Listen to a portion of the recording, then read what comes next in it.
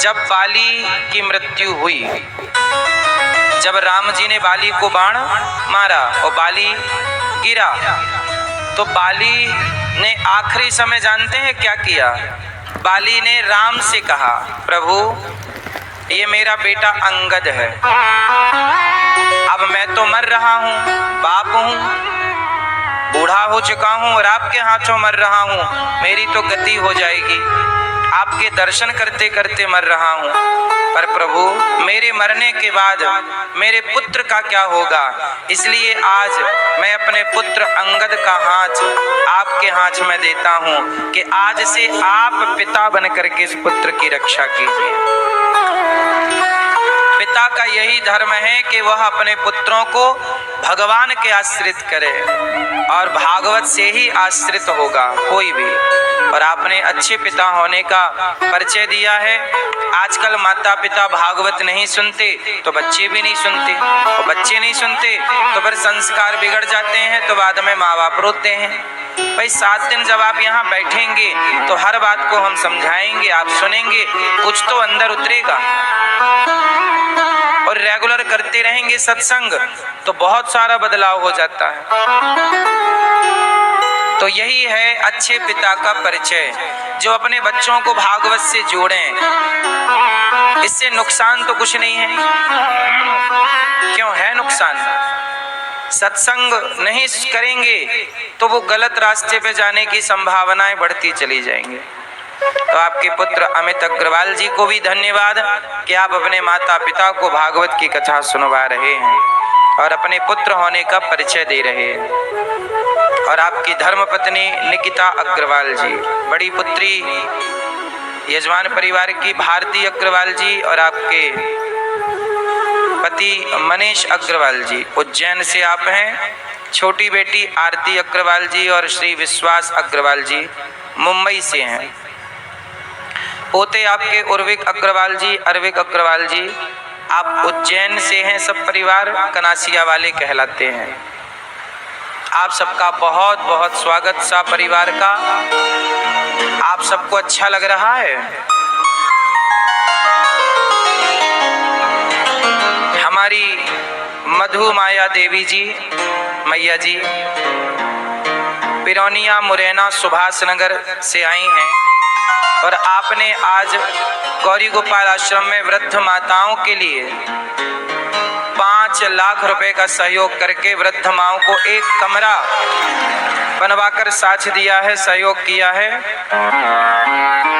और 1,05,000 रुपए अलग गौरी गोपाल की सभी सेवाओं में समर्पित किया है। अन्न क्षेत्र, गौ माता की सेवा, सब सेवा। वृद्ध माएँ कहाँ रहेंगी तो उन माओं के लिए एक कमरा बनवा के हमारी मधु मैया ने सहयोग किया है। मधु माया देवी जी, भगवान सुखी रखे मैया आपको। आपने जब आप किसी को छाया देते हैं तो भगवान सदा आपको अपनी छत्र छाया में रखते हैं। इसलिए अच्छे कार्य करने का यह अवसर यदि मिला है हम सबको तो करना जरूर चाहिए। दास अनिरुद्ध अकेला क्या करेगा?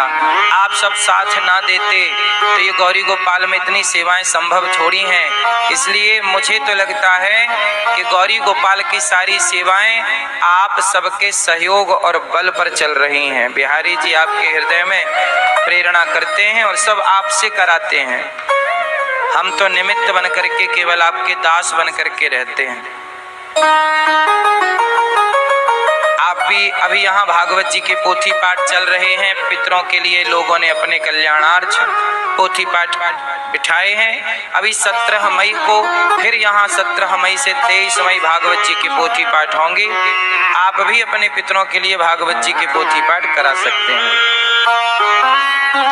कल हम लोगों ने कथा सुनी और राजा परीक्षित जी को 7 दिन में मरने का शाप लगा। जिसे 7 दिन में ही मरना हो क्या करना चाहिए? सुखदेव जी से कहा परीक्षित जी ने कि देखिए मुझे 7 दिन में मरना है, जीवन का भरोसा नहीं। आप सबने सुना सांसों का क्या भरोसा, सांसों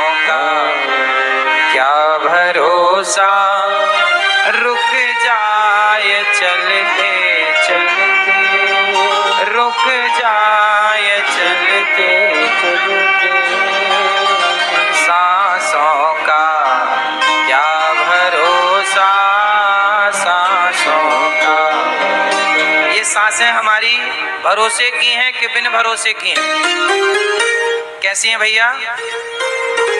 सांसों का आप सोचिए, आप मोबाइल खरीदते हो ना, उसकी गारंटी होती है।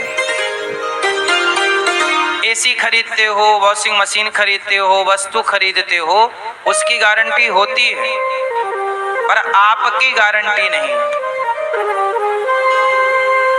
सही है।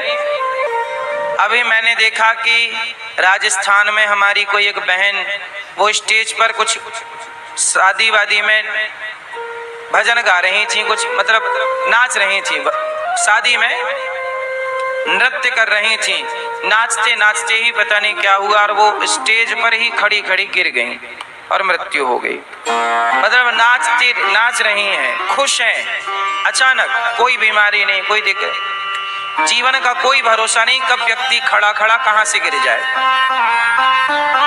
सही है गलत है? इसलिए कौन सी सांस हमारी आखिरी सांस होगी कोई नहीं जानता। इसलिए कहते हैं कि जब तक सांसें हैं अच्छे काम कर लो। सांस सांस में, श्वास श्वास में हरि भजो, वृथा श्वास मत खोए, ना जाने इस श्वास का फिर आवन होए या न होए। इसलिए हर श्वास को भगवान के सेवा में, भगवान के भक्तों की सेवा में, अच्छे काम में खर्च करो बस। निद्रया ह्रियते नक्तम व्यवायेन चवावया दिवाचार्थे हया राजन। सुखदेव जी कहते हैं आज का व्यक्ति बस हाय हाय करने में दिन रात गुजारता है, अज्ञानवश। इसलिए करना क्या चाहिए?